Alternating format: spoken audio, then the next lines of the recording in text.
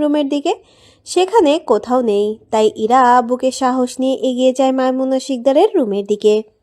রুমের সামনে নক করার জন্য দরজা হাত লাগাতেই দরজা খুলে যায়। মাইমুনা শিকদার গভীর ঘুমে আচ্ছন্ন, তাই ইরা বেশ সংকোচ বোধ করলো। মাইমুনা শিকদারকে না ডেকে নিজের রুমে চলে এলো।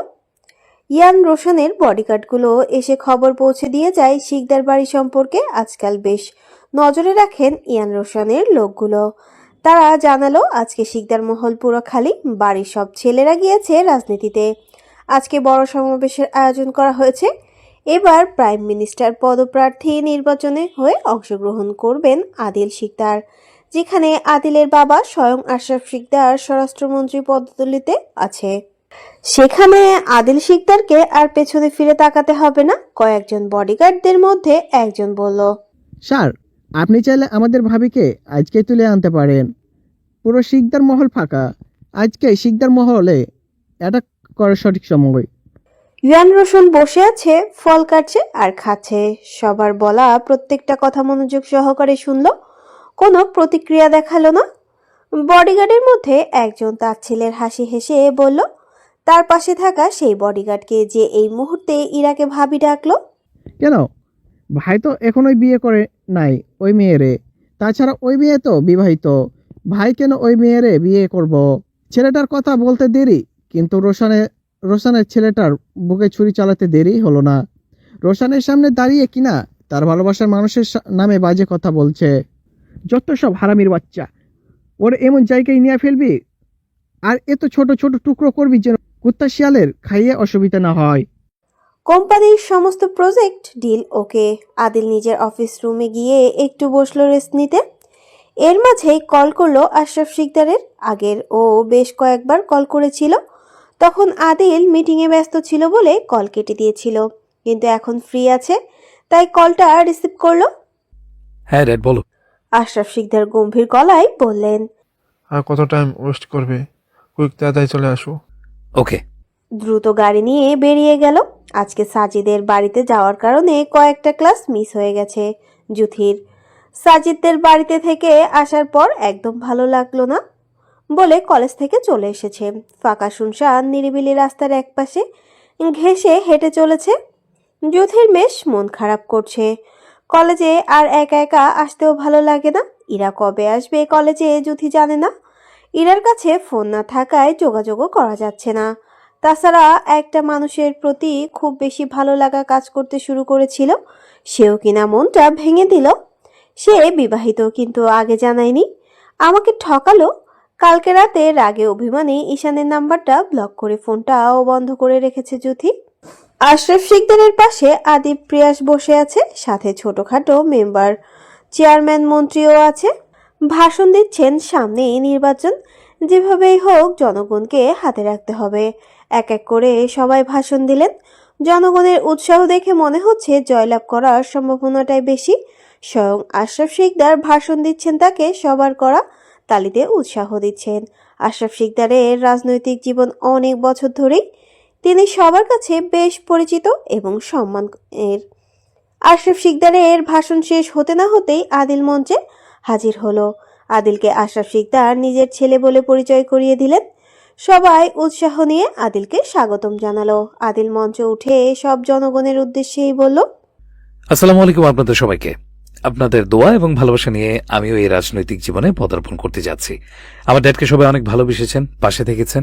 অবশ্যই আপনারা ড্যাডের মতন আমার পাশেও থাকবেন। আরও বেশ কিছু সুন্দর সুন্দর কথা বলে নিজের ভাষণ শেষ করলো আদিল।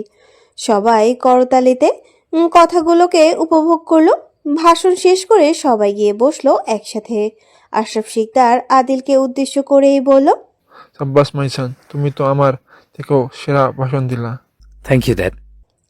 আদিল আশেপাশে খেয়াল করতে দেখলো প্রিয়াস প্রায় অনেকটাই দূরে কার সাথে যেন কথা বলছে। আদিব বাবার সাথে বসে আছে। সে আগে কখনো রাজনীতি সমাবেশে আসেনি, তবে আজকেই প্রথম। তার খুব ভালো লাগলো এই নির্বাচনের বিষয়গুলো। অহনা শিকদার দুপুরে বাড়িতে চলে এসেছেন, হাতে বেশ কয়েকটা প্যাকেট। অহনা শিকদার ফ্রেশ না হয়ে ওপরে আদিলের রুমে গেল প্যাকেটগুলো দিতে। রুমে গিয়ে দেখে ইরা ঘুমিয়ে আছে, তাই অহনা শিকদার প্যাকেটগুলো বিছানার উপর রেখে চলে আসছে। তখনই পেছন থেকে ইরা ডেকে বলে, আম্মু, অহনা শিকদার পেছনে ফিরে তাকিয়ে ইরাকে জিজ্ঞেস করলো। কি হয়েছে? কিছু বলবা? ইরা বেশ সংকোচ নিয়ে বলল, আসলে আম্মু, আমি একটু আমার আব্বুর সাথে কথা বলতে চাই।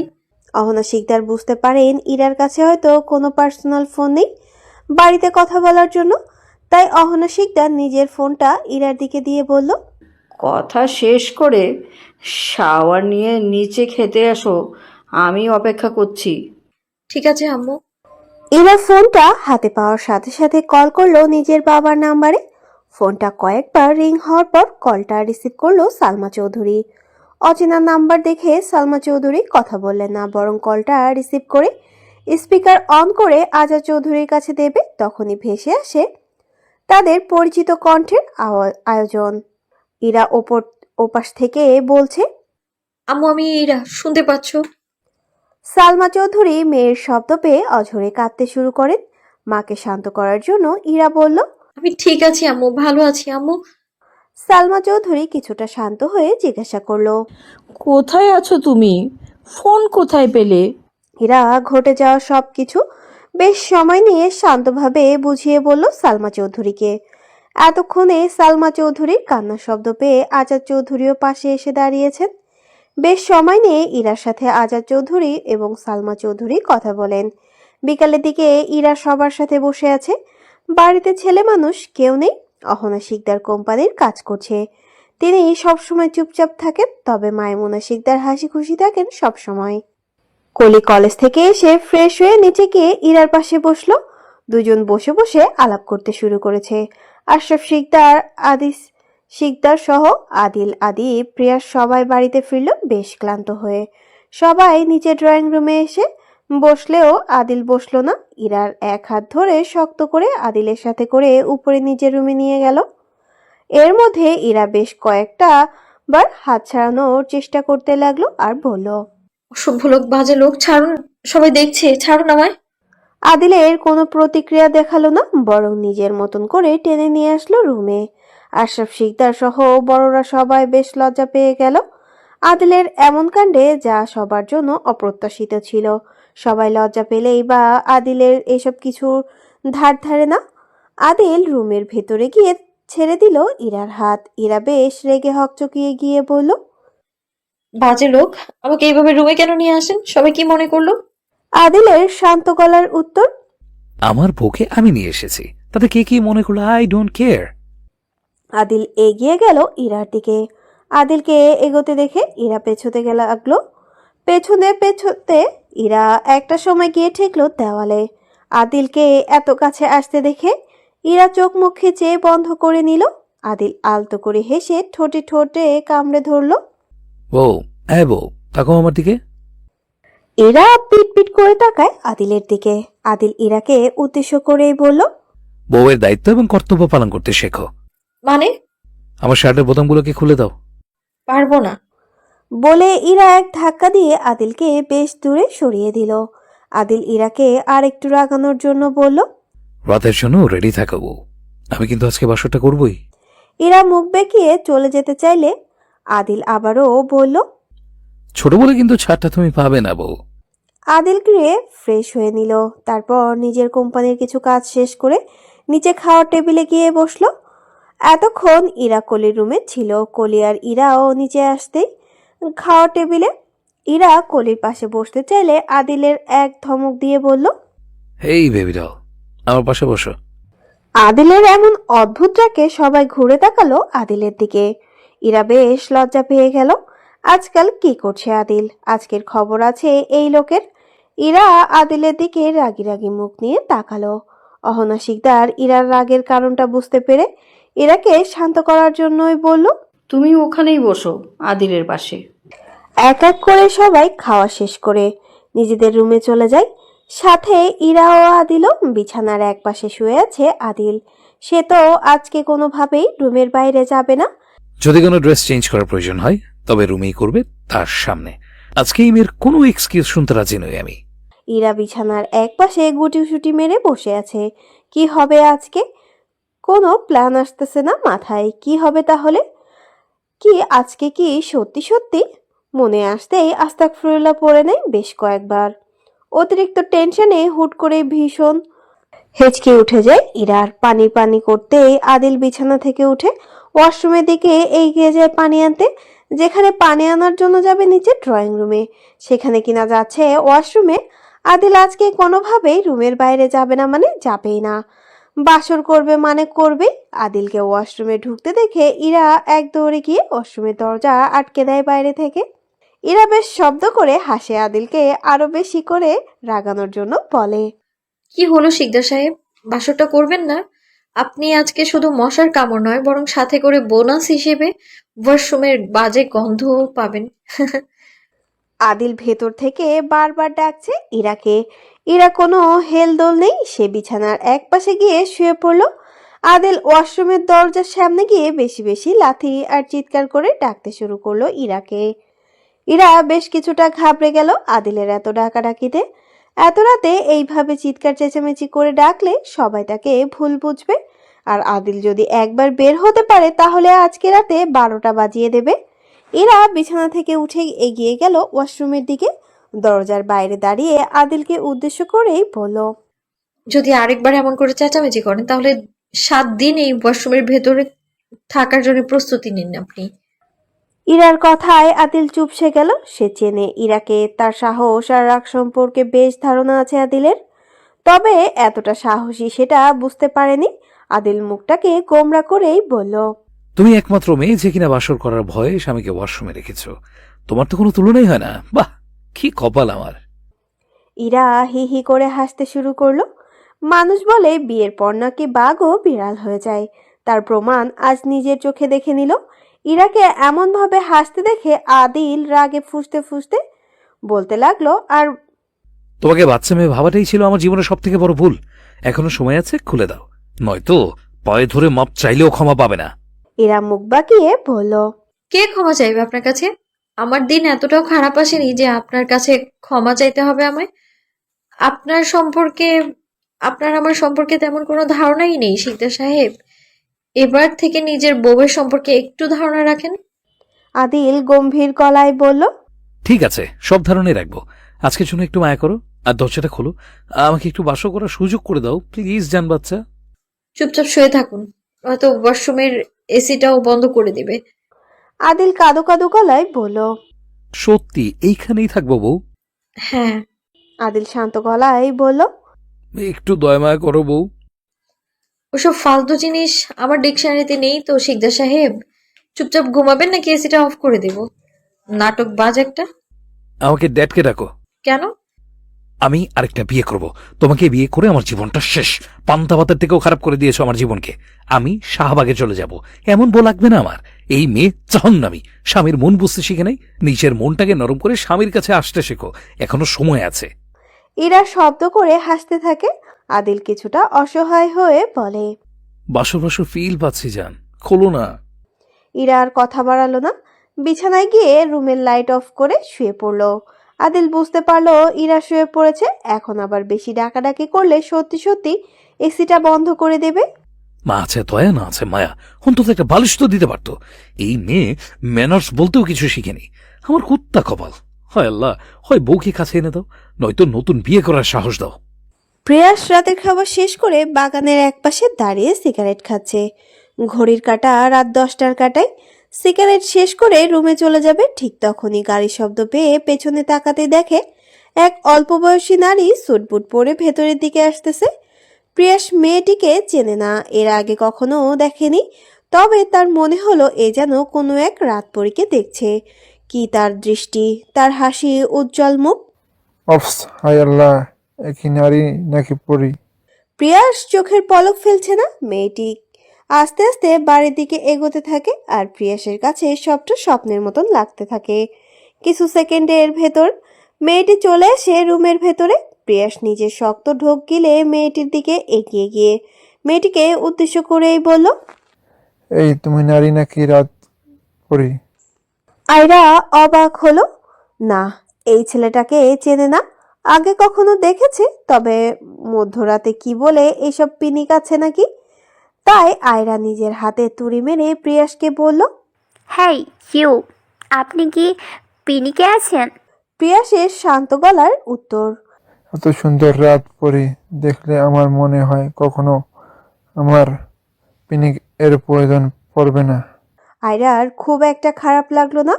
পৃথিবীতে এমন কোনো মেয়ে আছে যার সৌন্দর্যের প্রশংসা করলে খুশি হবে না। আয়রাও তার ব্যতিক্রম নয়। তার বেশ ভালোই লাগলো। সামনে থাকা পুরুষটি বেশ লম্বা চওড়া, গায়ের রং হালকা শ্যামলা, তবে দেখতে মন্দ নয়। প্রিয়াস ব্রুকে হাত আয়রার দিকে তাকিয়ে বলতে লাগলো। অফস love it's first sight. What? Priyas আয়রাকে বেশ ভালো করে নজর ঘুরিয়ে দেখলো। দেখতে মন্দ হয় না, দম ওয়াক একদম ওয়াও। তবে এত রাতে কোথা থেকে আসলো বুঝতে পারছে না। তাই আয়রাকে উদ্দেশ্য করেই বলল। এত রাতে কোথা থেকে আসা হলো রাত পরে? আয়রা শান্তভাবে উত্তর দিল। অফিস থেকে। আয়রা বেশ ক্লান্ত। সারাদিন বেশ অনেকখানি পরিশ্রম করা হয়েছে। নতুন কোম্পানি দাঁড় করানোর 4টে খানেক কথা নয়। আয়রা আর দাঁড়ালো না, সোজা নিজের রুমে চলে গেল। প্রিয়াস ঠায় দাঁড়িয়ে কিছুক্ষণ দেখলো আয়রাকে। এমন একটা রাত পরি তো পিয়া সিকদার ও ডিজার্ভ করে। আই লাইক ইউ রাত পরি। আজকাল আশরাফ শিকদার নির্বাচন নিয়ে বেশ ব্যস্ত থাকেন, আর অহনা শিকদার কোম্পানি নিয়ে ব্যস্ত থাকে। তারা ঠিক মতন কথা বলার জন্য সময়টা পর্যন্ত পান না। অহনা শিকদার কোম্পানির কাজ করছেন। প্রায় দেখা যায় অহনা শিকদার যতটুকু সময় বাড়িতে থাকেন ততখানি কম্পিউটার নিয়ে বসে থাকেন, কাজ করেন। আর আশরাফ শিকদার সামনেই নির্বাচনের জন্য প্রচুর ব্যস্ত থাকেন। সারাক্ষণ ফোনের পর ফোন লেগেই থাকে। Ahana Sikdar formal dress change করে নাইট ড্রেস পরে এলো। হালকা করে হাত মুখ ধুয়ে ফ্রেশ হয়ে বডি ক্রিম লাগাতে শুরু করলেন। আশরাফ শিকদার বেশ সময় নিয়ে খেয়াল করে দেখলেন পুরোটা বিষয়। আশরাফ শিকদার বেশ গম্ভীর গলায় বললেন। কি দরকার এই বসে এত সাজুগুজু করা? এই দামি ক্রিম কিনতে কিনতে গরিব হয়ে গেলাম। তুমি ন্যাচারালি অনেক সুন্দরী রাগিনী। অহনা শিকদার চোখে মুখে খিচে বন্ধ করে নিলেন। রাগে ফুসফুস করতে করতে বললেন। আরে না রাগিনী, তুমি এখনো কষেই আছো। টাকার খোটা দিব কেন? এত টাকা পয়সা কার বলো, শুধু তোমার। অহনা শিকদার আর কিছু বললেন না, বিছানায় গিয়ে শুয়ে পড়লেন লাইট অফ করে। আশরাফ শিকদারও শুয়ে পড়লেন এবং অহনা শিকদারের ওপর হাত তুলে দিতে চাইলে অহনা শিকদার ক্ষিপ্ত মেজাজে বললেন। ভুল করেও হাত দিবে না, কেবল ক্রিমগুলো দিয়ে আসলাম। বুড়ো হয়ে যাচ্ছ, নিজের প্রতি একটু গুরুত্ব দাও। অহনা শিকদারের খোঁচা মারা কথা আশরাফ শিকদারের বেশ ভালোই বুঝতে পারলেন, আর রাগে কটমটিয়ে পাশে ফিরে শুয়ে পড়লেন। মনে মনে বিড়বিড় করেই বলল। আমাকে না করে সম্মান আর না করো একটু ভালোবাসে। আমি একজন স্বরাষ্ট্রমন্ত্রী, এরা ভুলে যায় কিভাবে? পরের দিন সকালবেলা ইরা সকাল সকাল ঘুম থেকে উঠে আলতো করে ওয়াশরুমের দরজাটা খুলে দিয়ে বাইরে চলে আসে। অহনা শিকদার এবং মাইমুনা শিকদারের কাছে, যারা এই মুহূর্তে কিচেনে কাজে ব্যস্ত। সকালের খাওয়ার সময় হয়ে গেছে। অহনা শিকদারের 1 কাপ করে কফি করে দিলেন আশরাফ শিকদারের জন্য। ইরার হাতে দিয়ে বলল, কফিটা দিয়ে আসো তোমার আব্বুকে। আশরাফ শিকদার খবরের কাগজ পড়ছিলেন। ইরাকে কফি নিয়ে আসতে দেখে হাত থেকে কফিটা নিয়ে পাশে বসতে বলেন। ইরাও শান্ত মেয়ের মতন গিয়ে বসলো আশরাফ শিকদারের পাশে। আশরাফ শিকদার ইরাকে উদ্দেশ্য করেই বললেন। এই শিকদার মহলে তোমার কোনো সমস্যা হয় না তো আম্মু? ইরা মাথা নত করে শান্ত গলায় বলল। না আব্বু। তোমার বাবার নাম্বারটা আমাকে দাও আম্মু। বাবা রাজকন্যা, তুমি গত 3 দিন ধরে তুমি আমাদের বাড়িতে আসো। তাদের সাথে আমাদের কথা এবং দেখা করাটা জরুরি। আশরাফ শিকদারের কথা শুনে ইরা মনে এক আনন্দের বন্যা বয়ে গেল। সত্যি কি শ্বশুর বলতে কেউ বাবার মতন হয়? আচ্ছা, মনে হচ্ছে হয়তো সত্যিই বাবার মতন হয়। আশরাফ শিকদার ইরার দিকে ফোনটা এগিয়ে দিলে ইরা ফোনটা হাতে নিয়ে আজাদ চৌধুরীর নাম্বারটা তুলে দেয়। আশরাফ শিকদার কল করে কথা বললেন আজাদ চৌধুরীর সাথে। ইরা সেখানে দাঁড়ালো না, বেশ দূরে চলে গেল। কিচেনের দিকে পা বাড়াতেই ভেসে আসে আদিলের হুঙ্কার। বেবি ডল, চান বাচ্চা, ইরার বাচ্চা, হারামির বাচ্চা। এত জোরে জোরে ডাকছে, এগুলো বাজে নাম। মনে হচ্ছে পাশের বিল্ডিং এ সব লোক এসে জড়ো হয়ে যাবে। ইরা এক দৌড়ে ছুটে চলে গেল রুমে। ইরা দৌড়ে গিয়ে দাঁড়ালো আদিল বরাবর। আর আদিলকে উদ্দেশ্য করে বেশ রাগান্বিত হয়ে বলল ইরা। হে স্টুপিড, এইভাবে কেউ কাউকে ডাকে? কি বাজে নামে ডাকছেন আমায়? আদিল ইরার বাহু ধরে হ্যাচকে টান দিয়ে নিজের কাছে নিয়ে আসে আর দাঁতে দাঁত পিষে বলে, স্বামীকে ওয়াশরুমের ভেতরে আটকে রাখিস, তোর সাহস তো কম না। আদিলের শক্তপোক্ত থাবায় ইরা চমকে ওঠে। তার ভীষণ অস্বস্তি হচ্ছে। ইরা হ্যালো বন্ধুরা, পরবর্তী পার্ট খুব তাড়াতাড়ি আসবে, তো সবাই অপেক্ষায় থাকো। আর চ্যানেলটি যারা এখনো সাবস্ক্রাইব করনি তারা পরবর্তী পার্ট দেখার জন্য চ্যানেলটি সাবস্ক্রাইব করে রেখো। ধন্যবাদ সবাইকে, আমাদের সাথেই থেকো।